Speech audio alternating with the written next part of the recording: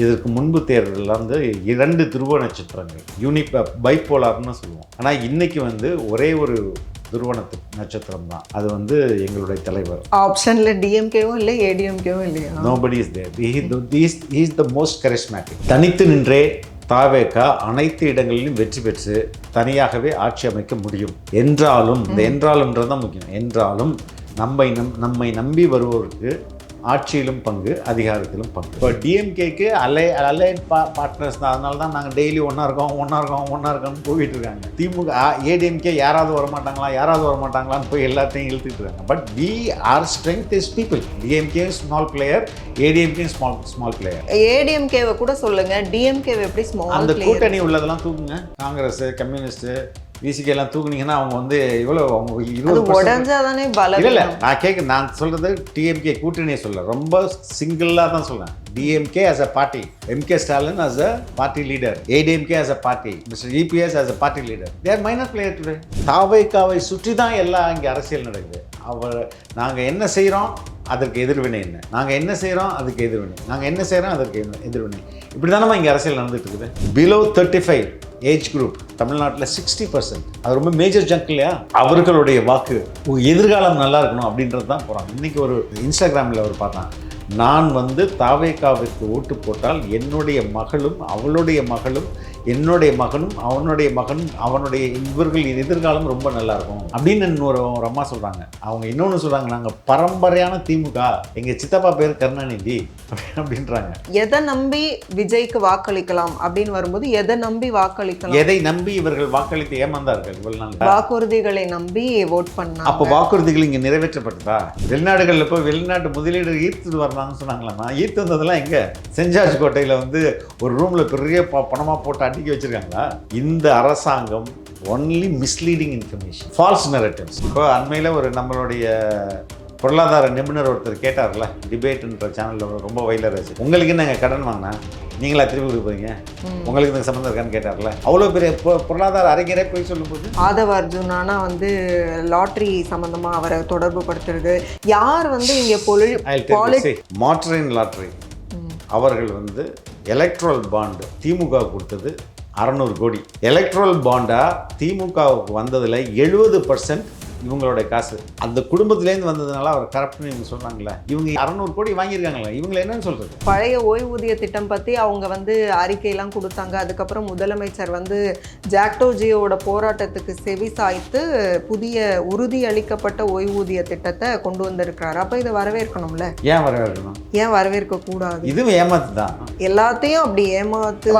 பழைய ஓய்வூதிய திட்டம்ன்றது என்னது? இன்க்ளூசிவ் நியூஸ் தமிழ் நேயர்களுக்கு வணக்கம். இன்றைக்கு நேர்காணலில் நம்ம கூட இணைஞ்சிருக்காங்க தாவேகாவின் தேசிய செய்தி தொடர்பாளர் திரு ஃபெலிக்ஸ் ஜெரால்ட் அவர்கள். நிறைய கேள்விகள் கேட்க போகிறோம், வாங்க பேசலாம். வணக்கம் சார். வணக்கம். காங்கிரஸ் டிஎம்கே கூட்டணி உடையும் உடையாது, இதை நம்மளே வந்து நிறைய டைம் வந்து டிஸ்கஸ் பண்ணியிருக்கிறோம். ஆனாலும் இன்னும் குழப்பம் நீடிச்சுக்கிட்டே இருக்கு அப்படின்னு பார்க்கும்போது மாணிக்கம் தாக்கூர் எம்பி வந்துட்டு ஒரு ட்வீட் போடுறாரு. என்னன்னா, கிட்டத்தட்ட எவ்வளோ வாக்குகள் வித்தியாசத்தில் வந்து டிஎம்கே ஜெயிச்சிருக்கு அப்படின்னு பார்க்கும்போது 2000 வாக்குகள் வித்தியாசத்தில் ஜெயிச்சு 3 பேர் அமைச்சர்களாக இருக்காங்க. அப்புறம் 20,000 வாக்குகள் வித்தியாசத்தில் ஜெயிச்சு அப்படின்னு ஒரு 58 தொகுதிகளை குறிப்பிடுறார். அப்போ இது வந்து டிஎம்கேக்கு அகெயின்ஸ்டாக பார்க்கப்படுது. அப்போது டிஎம்கேக்கு அகெயின்ஸ்ட்னா நாங்கள் டிவிகேக்கு ஃபேவர்னு பார்க்குறோம். இதை எப்படி எடுத்துக்கிறது? சரி, அவர்களுடைய ட்வீட், அதுக்கு நம்ம கருத்து சொல்ல முடியாது. எங்களுடைய நிலைப்பாடு தான் நான் சொல்ல முடியும். இன்றைக்கு 2026 தேர்தலில், இதற்கு முன்பு தேர்தலில் வந்து 2 துருவ நட்சத்திரங்கள் பைப்போலார்னு சொல்லுவோம். ஆனால் இன்றைக்கி வந்து ஒரே ஒரு துருவ நட்சத்திரம் தான். அது வந்து எங்களுடைய தலைவர். ஆப்ஷனில் டிஎம்கேவும் இல்லை ஏடிஎம்கேவும் இல்லையா? Nobody is there. he is the most charismatic. இதுக்கு முன்னாடி பாருங்கள், எம்ஜிஆர் இருப்பார், இந்த பக்கம் கலைஞர் இருப்பார். 2 பேருமே பவர்ஃபுல் பீப்புள். அதற்கப்புறம் ஜெயலலிதா, எம்ஜிஆர், பவர்ஃபுல்.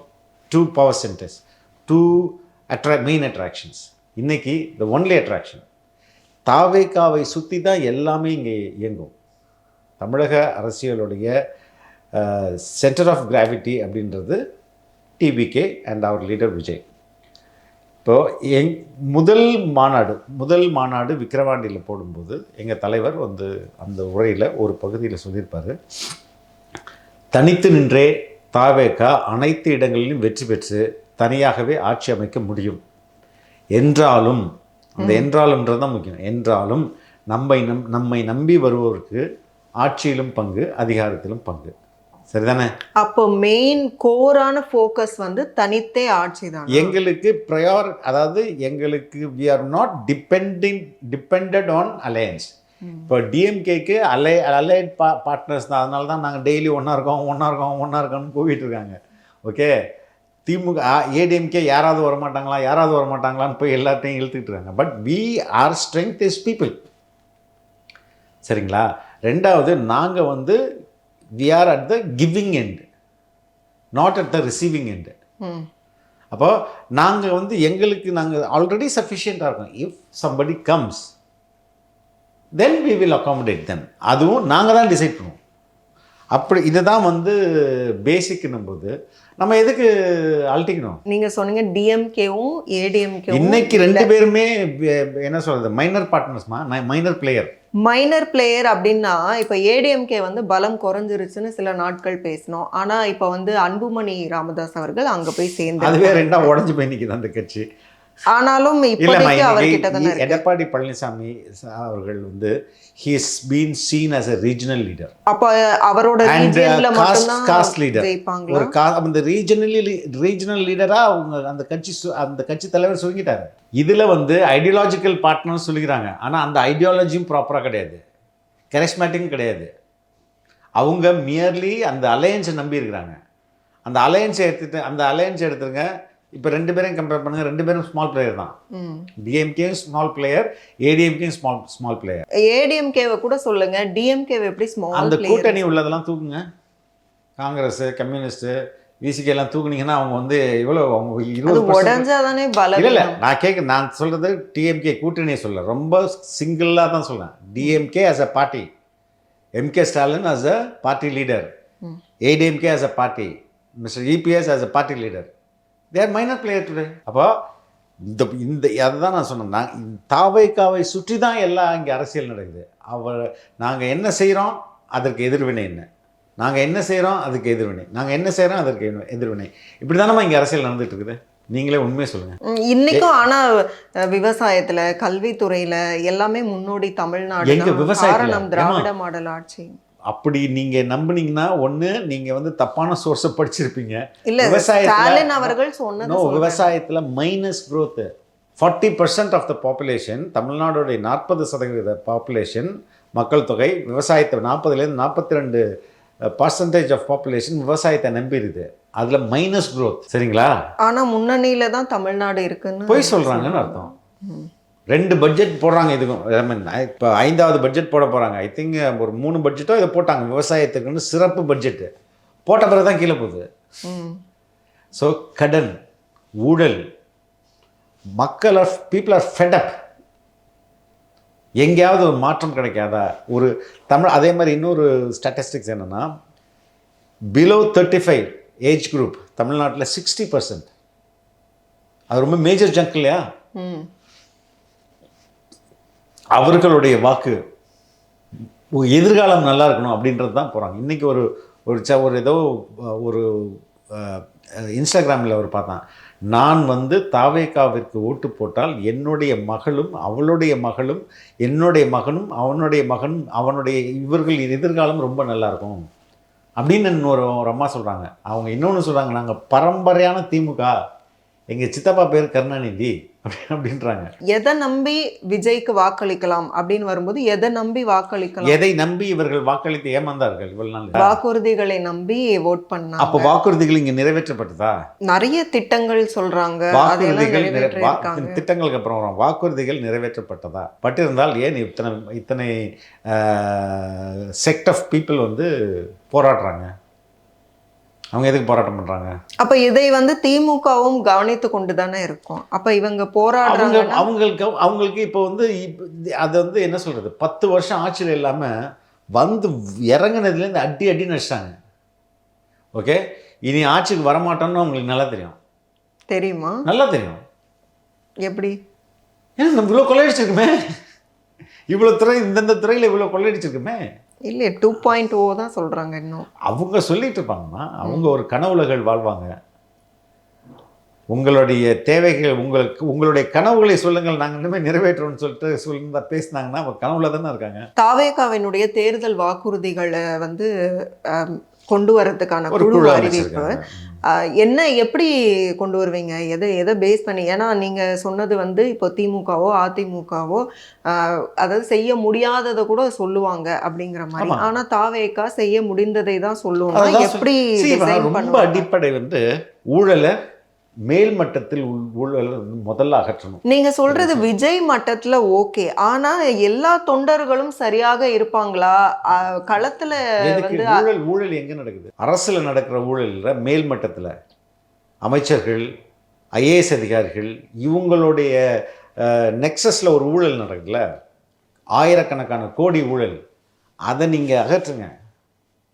அதை அகற்றினாலே போதும் உங்களுக்கு. சர்ப்ளஸாக அவங்க சரியா இருந்தா தானே முழுசா அது வர. தலைமை சரியா இருந்தா போதும். தலைமை சரியா இருந்தா போதுமா? அதுக்கு தலைமையே திருடர்களா இருந்தாங்கன்னா அவங்க எப்படி மற்றவங்களை கேட்க முடியும்? ஒரு சின்ன எக்ஸாம்பிள்மா, இன்னைக்கு குறிப்பாக ஜெயலலிதா காலத்துலேயும் சரி, கலைஞர் காலகட்டத்திலும் சரி, ஜெயலலிதா ஆட்சிக்கு வந்த உடனே எல்லா அதிகாரிகளையும் மாற்றுவாங்க. எல்லா அதிகாரிகளையும் மாற்றி தனக்கு தேவையான ஆட்கள், தனக்கு லாயலான அது காவல்துறையிலேருந்து ஐஏஎஸ் அதிகாரி வரையும் எல்லாரையும் மாற்றுவாங்க. ரீஷஃபல் நடக்கும். அப்படி விஜய் வந்தால் விஜயை மாற்றிடுவாங்க. இருங்க, நான் சொல்ல முடிச்சேன். ஏடிஎம்கே டிஎம்கே வந்ததுன்னா அவங்களும் மாற்றுவாங்க. ரைட்டுங்களா? மாற்றுவாங்க. மாற்றி அவங்களுக்கு தேவையானதை போட்டுவாங்க. ஆனால் திமுக வரும்போது 10 வருஷமாக இருந்திருந்தாங்களும் துறை அதை மாற்றவே இல்லை. ஏன் மாற்றலை? ரொம்ப நல்ல கேள்வி. ஏன் மாற்றலைன்னா 10 வருஷமாக அவனுக்கு தெரியும் அந்த துறையில் எப்படி கொள்ளையடிக்கலான்ட்டு. சப்போஸ் உங்களுக்கு வந்து இப்போ டான்ஜெட்கோ இருக்குது. டான்ஜெட்கோவில் ஒரு ஏடிஎம்கே பீரியடில் ஒரு அதிகாரி இருந்திருப்பார். அவருக்கு தான் தெரியும் எப்படியெல்லாம் கொள்ளையடிச்சிருக்காங்க, எப்படியெல்லாம் அடிக்க முடியும்ன்ட்டு. இப்போ புது அரசு வந்து அவரை தூக்கி போட்டு வேற ஒரு அதிகாரியை போட்டால் அவர் அந்த துறையை கற்றுக்கிறதுக்கு 1 வருஷம் ஆகும். அதுக்கப்புறம் அதில் கொள்ளையடிக்கிறத கற்றுக்கிறதுக்கு ஒரு 6 மாதம் ஆகும். இந்த டைம் டிலே எதுக்கு? ஆல்ரெடி கொள்ளையடிச்சவன் தானே, அவனே வச்சு இன்னும் பெட்டரா கொள்ளையடி. நம்ம சொல்றோம் ஊழல் அப்படின்னு சொல்றோம். இப்போ இபிஎஸ் அவர்கள் வந்து நிறைய அந்த புக்லெட் நிறைந்த ஒரு இதுவை வந்து கவர்னரை சந்திச்சே கூட கொடுத்துருக்காங்க. ஆனாலும் ஆக்ஷன் அப்படிங்கிறது எல்லாம் நம்ம பார்க்க முடியல. மக்கள் தானே ஆக்ஷன். அவர்கள் எடுப்பார்கள். மக்களுக்கு வந்து உள்ளார்ந்த விஷயங்கள் வந்து தெரியாதுல்ல. ஏன் பாட்டிலுக்கு 10 ரூபாய் வாங்குறாங்கன்னு எல்லாருக்கும் தெரியுமா? ரேஷன் கடையில் நம்ம வந்து மாதந்தோறும் இருக்கணும். அதுதான் வந்து ரேஷன் கடையோடைய மீனிங். மாதத்தில் எப்போ போனாலும் எனக்கு அரிசி பருப்பு எல்லாம் இருக்கணும். 10 நாளைக்கு அப்புறம் இல்லாமல் போயிடுது. இவங்க களத்துக்கு வந்து இது செய்யறாங்க அப்படிங்கிற விஷயம் வந்து திமுகவுக்கும் இருக்கு, அதிமுகவுக்கும் இருக்கு. என்ன களத்துக்கு வந்து இது செய்யறாங்க? இல்ல, ஆட்சியில இருந்திருக்காங்க. அவங்களோட ஆட்சி எப்படி இருக்கும்னு ஆட்சியில இருந்தாங்க. ரைட்டு. ஊழல் மட்டும்தானே உங்களுக்கு தெரியும். 30 வருடம் ஊழல் மட்டும்தானே. 75 ஆண்டு கால ஒரு ஒரு ஒரு ஒரு என்ன சொல்கிறது, ஒரு 3 தலைமுறை ஒரு ஊழலற்ற ஆட்சியை பார்க்கலையே. இல்லை, விஜய் வந்தால் எப்படி ஆட்சி நடத்துவார், எப்படி கொண்டு போவார், அதாங்க சொல்கிறேன். அப்படிங்கிறதே தெரியாது. ஊழல் அகற்றிடுங்க. உட்கட்டமைப்பு இருக்குல்ல. எங்கள் தலைவர் வந்து பேசும்போது ஐ திங்க் நாகப்பட்டினம் அவர் திருவாரூர் 2 இடத்துல ஏதோ ஒரு இடத்துல பேசும்போது உட்கட்டமைப்பு இம்பார்ட்டன்ட் தருவன்றாரு. சரியான சாலை வசதி, இருப்பிடம், உணவு, குடிநீர், மருத்துவம், கல்வி. ஓகே, இந்த இருங்க இந்த 5 நீங்கள் வந்து சரி பண்ணிட்டா போதும். ஏன்னா இங்கே தான் பயங்கரமாக ஊழல் நடக்குது. இப்போ 4000 கோடி ஊழல்னு சொல்லிட்டு நேரு மேலே கொடுக்குறாங்கள, அது எந்த துறையில்? ரோடு வந்து ஈவாவேல, குடிநீர், நகர்ப்புறம், குப்பை. அதுக்கடுத்தது அடுத்த அதிகமாக ஊழல் நடக்கிறது நெடுஞ்சாலைத்துறையில், ஏவாவேலு துறையில். அதுக்கு அடுத்தது அதாவது என்னது சொல்கிறது, வாட்டர் பாடிஸ், நம்ம கனிம வளம், அது டான்ஜெட்கோ, அது டாஸ்மாக், இது மாதிரி ஒரு 10 துறை மேஜர் ஊழல். மீதி துறையிலலாம் மைனர் ஊழல் இல்லைன்னு சொல்ல, மைனர் ஊழல். அப்போ இதை ஈஸியாக கட்டுப்படுத்திட முடியுமா? இதை நீங்கள் சரி பண்ணிட்டீங்கன்னா, உங்களுடைய உட்கட்டமைப்பு நல்லா இருந்ததுன்னா உங்கள் நாடு ஈஸியாக வளர்ந்துடும். நம்ம ரொம்ப டான்ஜெட்கோ இருக்குல்ல, மின்சாரம் கொடுக்குற துறை, அந்த மின்சாரம் கொடுக்குற துறையை நம்ம ஊழல் இல்லாமல் நடத்திட்டோம் அப்படின்னா நம்மளுடைய மின்சார உற்பத்தி காசு இருக்குல்ல, அது ரொம்ப கம்மியாயிடும். அப்போ நீங்கள் கமர்ஷியலுக்கு தமிழ்நாடு தான் அதிகமாக இருக்குது. 12 ரூபாய், 8 ரூபாயிலேருந்து 12 ரூபாய் பர் யூனிட்டுக்குன்னு நினைக்கிறேன். அப்போது இதே கர்நாடகா வந்து 9 ரூபாய் 7 ரூபாயிலேருந்து 7 ரூபாயிலேருந்து 9 ரூபாய் கிட்ட இருக்குது. அப்போ இது எங்கே ப்ரொடக்ஷன் காஸ்ட் கம்மியாக இருக்கும், எங்கே கரண்ட் விலை கம்மியாக இருக்கோ அங்கே தான் நம்ம காஸ்ட் ஆஃப் ப்ரொடக்ஷன் கம்மியாகும். அப்போ நம்ம ஊர்லேருந்து தொழிலெலாம் வெளில போகிறதுக்கு காரணம் என்ன, சிறு குறு தொழிலெலாம் மூடப்படுவதற்கு காரணம் என்ன? இல்ல இன்னைக்கும் முதலமைச்சர் சொல்றது வந்து இந்தியாவிலேயே வந்து முதலீடு செய்யறதுக்கு அப்படின்னு நிறுவனங்கள் இவங்க போனாங்களே 10,000 கோடி 30,000 கோடினாங்களே, எங்க அதெல்லாம் வெளிநாடுகளில் போய் வெளிநாட்டு முதலீடு ஈர்த்துட்டு வரலாம்னு சொன்னாங்களாமா. ஈர்த்து வந்ததெல்லாம் எங்க? சென்ட் ஜார்ஜ் கோட்டையில் வந்து ஒரு ரூம்ல பெரிய பணமாக போட்டு அடுக்கி வச்சிருக்காங்களா? இந்த அரசாங்கம் only misleading information, false narratives, அதன் மூலமாக அப்ப வேலைகளா அது கன்வெர்ட் ஆகலையேம்மா. இப்போ ஜிடிபி இங்கே வளர்ந்துருக்குனாங்க, மேனுஃபேக்சரிங் எக்கானமி, அதுதான் இந்த அரசு முழுக்க முழுக்க அதிகமாக உங்களுக்கு வந்து அக்கறை காட்டுறது. உற்பத்தி பொருளாதாரம், அது கார் உற்பத்தி, ஃபோன் உற்பத்தி, பிளாஸ்டிக் உற்பத்தி, மேனுஃபேக்சரிங் இருக்குல்ல, அதோடைய வளர்ச்சி இங்கே பெருசாக இல்லை, 33% தான். ரைட்டுங்களா? மனித உழைப்பை நம்பிய சர்வீஸ் செக்டார் இருக்குல்ல, லைக் ஜொமேட்டோ டெலிவரி பாய்லேருந்து முடி வெட்டுறவர்லேருந்து அயன் பண்ணுறவர்லேருந்து ஹாஸ்பிட்டல், தியேட்டர்ஸ், கார்ப்பரேட்ஸ், ஐ மீன் ஃபினான்சிங், பேங்கிங், இந்த செக்டார் இருக்குல்ல, software development, not computer manufacturing. நான் முடிச்சிட்டேன். அப்போ இது 50% கான்ட்ரிபியூட் பண்ணிடுது. இந்த 50%ன்றது நம்மளுடைய மனித உழைப்பு. சாஃப்ட்வேர் நீங்கள் ஒரு லிட்டரலாக உட்காந்து ஒரு ஆள் தான் எழுதணும், அயன் பண்ணுறது நீங்கள் தான் பண்ணணும். எல்லாம் ஆர்டினரி பீப்புளுடைய, அதாவது கீழ்மட்டத்திலேருந்து உயர்மட்டம் வந்து மனித உழைப்பு. இந்த மனித உழைப்பினால, அது நம்மளோட உழைப்பினால தமிழ்நாடோட எக்கானமி பெருசாச்சு. ஆனா மக்கள் என்ன நினைப்பாங்க பொருளாதாரத்துல? ஆமா, இவங்க 500 வாடகை வாய வச்சுட்டு சொல்லுவாங்க. அப்போ மக்கள்கிட்ட போய் செய்து என்ன போய் செய்கிறோம்? அவ்வளோ சாதாரணமா சொல்லிட முடியும். இப்போ அண்மையில் ஒரு நம்மளுடைய பொருளாதார நிபுணர் ஒருத்தர் கேட்டார்ல, டிபேட்ன்ற சேனலில் ரொம்ப வைலர் ஆச்சு. உங்களுக்கு என்னங்க கடன் வாங்கினா நீங்களா திருப்பி கொடுப்பீங்க, உங்களுக்கு இந்த சம்மந்தம் இருக்கான்னு கேட்டார்ல. அவ்வளோ பெரிய பொருளாதார அறிஞரே போய் சொல்லும்போது அவர் போய் தானே சொல்கிறாரு. தமிழக அரசு 9 லட்சம் கோடி கிட்ட கடன் வாங்குது. ஓகே, கேட்குதா? என்ன பேரில் வாங்குது? நாங்கள் எங்களுடைய உட்கட்டமைப்பை பெருசாக்குவோம், மெட்ரோ போடுவோம், பிரிட்ஜு கட்டுவோம், ரோடு போடுவோம், அதுக்கப்புறம் தொழிற்சாலைகளை உருவாக்குவோம், புதிய மின் நிலையங்களை உருவாக்குவோம். அப்போ எங்களுடைய உட்கட்டமைப்பு பெருசாச்சுன்னா இதுலேருந்து எங்களுக்கு காசு கிடைக்கும். இதுலேருந்து நம்ம போடுற மெட்ரோலேருந்தும், நம்ம உருவாக்குற சாலைகள்லேருந்தும், பாலங்கள்லேருந்தும், நம்மளுடைய மின் உற்பத்தி நிலையங்கள்லேருந்தும் நம்மளுக்கு காசு திருப்பி வரும்ல. அதை வச்சு நாங்கள் உங்களுக்கு கடனை கட்டிடுவோம், அதை வச்சு நாங்களும் சர்வை பண்ணுவோம். இது இப்படி தான் சொல்லி வாங்குறாங்க. வாங்கி என்ன பண்ணுறாங்க? வாங்குகிற காசில் பாதிக்கு மேலே இவங்க பண்ணுற ஊழலை சரி பண்ணுவதற்காக போகுது. 100 ரூபாய் நம்ம கடன் வாங்கினோம்னா அதில் 26 ரூபாய் டான்ஜெட்கோவுக்கே போயிடுது. ஏன்னா நான் ஏற்கனவே சொன்னேன், அங்கே தான் ஊழல் அதிகமாக நடக்கிற இடம் டான்ஜெட்கோ. அப்போ இவங்க ஊழல் காசுலாம் எடுத்துக்கிறாங்களே, ஊழல் பண்ணி காசு எடுக்கிறாங்களே, அப்போ அங்கே நட்டமாகுதா? அந்த நட்டத்தை சரி பண்ணுறதுக்கு இதை கொண்டு வந்து போடுறாங்க. அதே மாதிரி தான் நெடுஞ்சாலைத்துறையில் கொள்ளையடிக்கணும். போட்டு ஏவாவையில் போட்டு பிரிட்ஜு வந்து ஒரே வெள்ளத்தில் கீழே விழுந்துருச்சு பார்த்தீங்களா? 4000 கோடி எங்கே அப்படின்னு கேட்குறாங்களே. இங்கே வந்து மழைநீர் வடிகாலுக்கு, ஸ்ட்ராங் வாட்டர் ட்ரைனேஜுக்கு 4000 கோடி எல்லாத்தையும் போட்டோம், தண்ணியே நிற்காதுன்னாங்களே. 20 லட்சம், இப்போ 2 மாதத்துக்கு முன்னாடி பெஞ்ச மழையில் 20 லட்சம் பேருக்கு சாப்பாடு கொடுத்துருக்கோன்னு சென்னை மாநகராட்சி சொல்லுது. 20 லட்சம் பேர் அஃபெக்ட் ஆகிருக்காங்க. அந்த அளவுக்கு மழையும் இல்லை. ஆனால் நான் சொல்லலாமா, சென்னை மாநகராட்சி சொல்கிற ரிப்போர்ட்டு 20 லட்சம் பேர் அஃபெக்ட் ஆகிருக்காங்களே. அப்போ 4000 கோடி எங்கேன்னு கேட்குறாங்களா? அப்போ இவர்கள் கடன் வாங்கி ஊழல் செய்வதற்கும், ஊழல் செஞ்ச காசை வந்து அதனால் ஏற்பட்ட நட்டத்தை சரி பண்ணுவதற்கும், மகளிர் உரிமை தொகைக்கும் நீங்கள் சம்பாரிச்சு தாங்க வந்து உங்கள்கிட்ட நிறைய சம்பாதிக்கணும். சம்பாரித்து உங்கள் செலவு போக மீதி இருக்கிற காசில் தானே மக்களுக்கு நீங்கள் கொடுக்கணும். நீங்களே அப்படி தானே பண்ணுவீங்க. நான் சம்பாதிக்கணும், நான் சம்பாதிச்சு என்னுடைய செலவுகள் போக, நான் ஒர்க் பண்ணுற என்னுடைய எம்ப்ளாயீஸ்க்கு சேலரி போக, அதற்கடுத்து மீதி உள்ள தொகை இருக்குல்ல, அதை தானே நான் கிஃப்டாக கொடுப்பேன். கடனை வாங்கி நான் கிஃப்ட் கொடுத்துருந்தேன்னா, கடனை வாங்கி கிஃப்ட் கொடுத்துருந்தேன்னா, அப்போ அந்த கடனை யார் அடைக்கிறது? அதோட பொறுப்பு வந்து மக்கள் மேலே தான், மக்கள் மேலே தான் விழும். இது அதிகரிச்சுக்கிட்டே போவோம், இலங்கை மாதிரி ஆகிடும். ஸோ இதெல்லாம் இந்த உட்கட்டமைப்பை பத்தி நம்ம சொன்னாலுமே இப்ப தாவேகா வந்து ஆட்சி அமைக்குது, தாவேகா எல்லாத்தையும் சரி பண்ண போகுது அப்படின்னா கட்சியில வந்து ஸ்ட்ரக்சர் வைஸ் யாரும் ஸ்ட்ராங்கான ஆட்கள் இல்லைன்னு உங்களுக்கு எப்படி தொடர்ந்து தெரியும்? விமர்சனங்கள் விமர்சனம் சொல்லாதீங்க, அது பேர் அவதூறு. அவங்க சொல்லிட்டு தான் இருப்பாங்க, அவங்க என்ன வேணா சொல்லிட்டு தான் இருப்பாங்க. புசி ஆனந்த்னா அவருக்கு என்ன தெரியும், பிளாக்ல டிக்கெட் விற்க தெரியும். அப்புறம் வந்து ஆதவ அர்ஜுனானா வந்து லாட்ரி சம்பந்தமா அவரை தொடர்பு படுத்துறது. யார் வந்து இங்க பாலிடிக்ஸ் தெரிஞ்சவங்க இருக்காங்க? மார்டரின் லாட்ரி அவர்கள் வந்து எலக்ட்ரல் பாண்டு திமுக கொடுத்தது 600 கோடி. எலக்ட்ரல் பாண்டா திமுகவுக்கு வந்ததில் 70% இவங்களுடைய காசு. அந்த குடும்பத்திலேருந்து வந்ததுனால அவர் கரப்ட்னு இவங்க சொல்கிறாங்களே. இவங்க 700 கோடி 600 கோடி வாங்கியிருக்காங்களே, இவங்களை என்னன்னு சொல்கிறது? லிட்டரலாக வாங்கியிருக்காங்கல்ல. பாலிடிக்ஸ் நல்லா தெரிஞ்ச யாருமே இல்லை. பாலிடிக்ஸ் தெரிஞ்ச யாரு தலைவருக்கே தெரியாத பாலிடிக்ஸ் அவருக்கு தெரியாது. அவர் தானே கட்சி ஓப்பன் பண்ணுறாரு.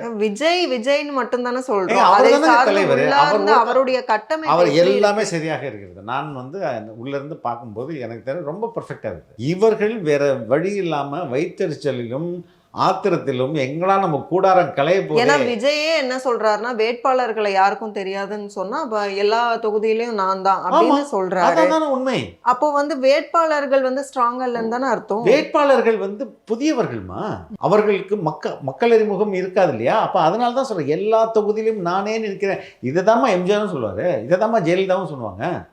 உங்கள் தொகுதியில் நான் நிற்கிறேன் என்று நினைத்து கொண்டு வாக்களிங்கள் தான் சொல்லுவாங்க. அப்ப அடிமட்டத்துல இருக்கிற யாருமே ஸ்ட்ராங்கா இல்லைன்னு அர்த்தம் இல்லம்மா. You trust me, I guarantee யூன்னு அர்த்தம் அதுக்கு. அது இவங்க வந்து எப்படி வேணாலும் பரப்பிட்டு இருக்கலாம். That is not the reality. புதிய ஓய்வூதிய திட்டம் அதை பற்றி பேசணும். ஏன்னா நம்ம பழைய ஓய்வூதிய திட்டம் பற்றி அவங்க வந்து அறிக்கையெல்லாம் கொடுத்தாங்க. அதுக்கப்புறம் முதலமைச்சர் வந்து ஜாக்டோஜியோட போராட்டத்துக்கு செவி சாய்த்து புதிய உறுதி அளிக்கப்பட்ட ஓய்வூதிய திட்டத்தை கொண்டு வந்திருக்கிறாரு. அப்போ இதை வரவேற்கணும்ல? ஏன் வரவேற்கணும்? ஏன் வரவேற்க கூடாது? இதுவும் ஏமாத்து தான். எல்லாத்தையும் அப்படி ஏமாத்து. பழைய ஓய்வூதிய திட்டம்ன்றது என்னது? உங்களுடைய கான்ட்ரிபியூஷன் இல்லாமல் உங்களுடைய பணி மூப்புக்கு பிறகு நீங்கள் கடைசியாக வாங்கின சேலரியிலிருந்து நீங்கள் சாகிற உதவியை 50% உங்களுக்கு தர்றது, உங்கள் டிபெண்ட்டுக்கு தர்றது, இதுதானே. ஆனால் புதிய ஓய்வூதியத்தில் இப்போ இவங்க ஆரம்பிச்ச அஷோர்டு பென்ஷன் ஸ்கீமில் என்ன சொல்லியிருக்காங்க, உங்கள் மந்த்லி சேலரியிலேருந்து 10% பிடிச்சிருவோம். பிடிச்சிட்ட பிறகு அந்த காசை எடுத்துகிட்டு போய் நாங்கள் ஷேர் மார்க்கெட்டில் போடுவோம். ஷேர் மார்க்கெட்டில் நாங்கள் வந்து அதுலேருந்து வர்ற வட்டியெல்லாம் எடுத்து வச்சுப்போம், நாங்கள் செலவு பண்ணிப்போம்.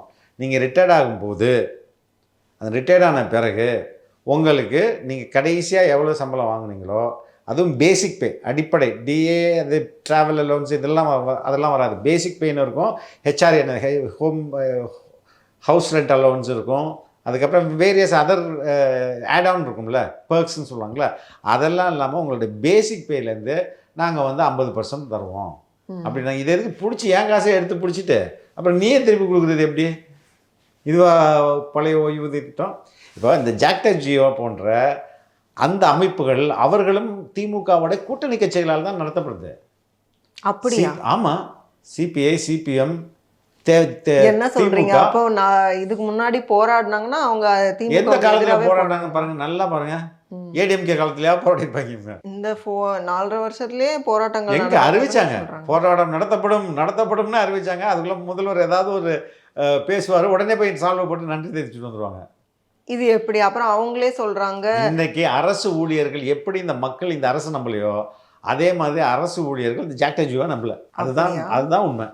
ஏன்னா அந்த சங்கங்கள், ஜாக்டோஜியோன்றது ஒரு கூட்டமைப்பு தானே, joint action committee of government workers something இல்லையா? இதில் உள்ள நிறைய அமைப்புகள் இருக்கும்ல. இப்போ கல்லூரி ஆசிரியர் இருப்பாங்க, இப்போ தொடக்கப்பள்ளி ஆசிரியர் இருப்பாங்க, உயர்நிலைப்பள்ளி ஆசிரியர் இருப்பாங்க, அதுக்கடுத்தது செக்ரட்டரியேட் எம்ப்ளாயிஸ் இருப்பாங்க, அது மாதிரி வேரியஸ் எம்ப்ளாயிஸ். நான் சொல்லி முடிச்சிடறேன், இருங்க. அப்போது இந்த மற்ற சங்கங்களே ஜாக்டோஜியோவுக்கு எதிராக அறிக்கை விட ஆரம்பிச்சாங்க. திருப்தி இல்லைன்னு தானே அர்த்தம். அதுவும் ஏமாற்று தான். ஆனால் அரசு ஊழியர்களுக்கு தெரியும் இவங்க ஏமாத்துறாங்கன்னு. சரி, கடன் வந்து இவ்வளோ வாங்கியிருக்காங்கன்னு நம்ம சொல்லும்போது, அப்போது அரசு வந்து ஒரு போராட்டத்துக்கு செவி சாய்த்து எங்களால் இவ்வளோ முடியும், இதை செய்கிறோம் அப்படின்னு சொல்கிறதே பெருந்தன்மை தான். ஏங்க 3 மாதத்துக்கு முன்னாடி சொல்கிறது பெருந்தன்மையா, இல்லை எலெக்ஷனில் மறுபடியும் எங்களுக்கு ஓட்டு போடுறோம்னு ஏமாத்துறதா? கடன் சுமை ஏன் அதிகரிக்குது? உண்மையான மனசாட்சி உள்ளவங்க சொல்லிட்டோம். 45% இந்த மாதிரி எவ்ரிடே டே டு டே அஃபேரை மெயின்டைன் பண்ணுறது கடன்லேருந்தே இவங்க செலவு பண்ணுறாங்க. அது ஊழல் காசு. சரிங்களா? ஜான்வரி 18th வந்து ராகுல் காந்தி தலைமையில் கூட்டணி யார் கூட போகிறதுன்னு ஒரு ஆலோசனை நடக்குது. ஸோ அதில் அன்னைக்கு வந்து முடிவாயிருமா? It is good that they discuss. Let us wait. இல்லை இன்னும் லேட்டாக தான் அறிவிப்பாங்களா இல்லை அந்த டைமில் ரொம்ப எதிர்பார்க்கலாம்? டைம் நிறைய இருக்குமா அதுக்கு. April would also do. ஏப்ரல்லே எலெக்ஷன் வரும்னு மேல வரும் இல்லையா? மிக்க நன்றி உங்களுடைய நேரத்துக்கும் உங்களுடைய கருத்துக்களுக்கும். மீண்டும் இன்னொரு சந்தர்ப்பத்தில் பேசலாம். நன்றி சார். ரொம்ப நன்றி.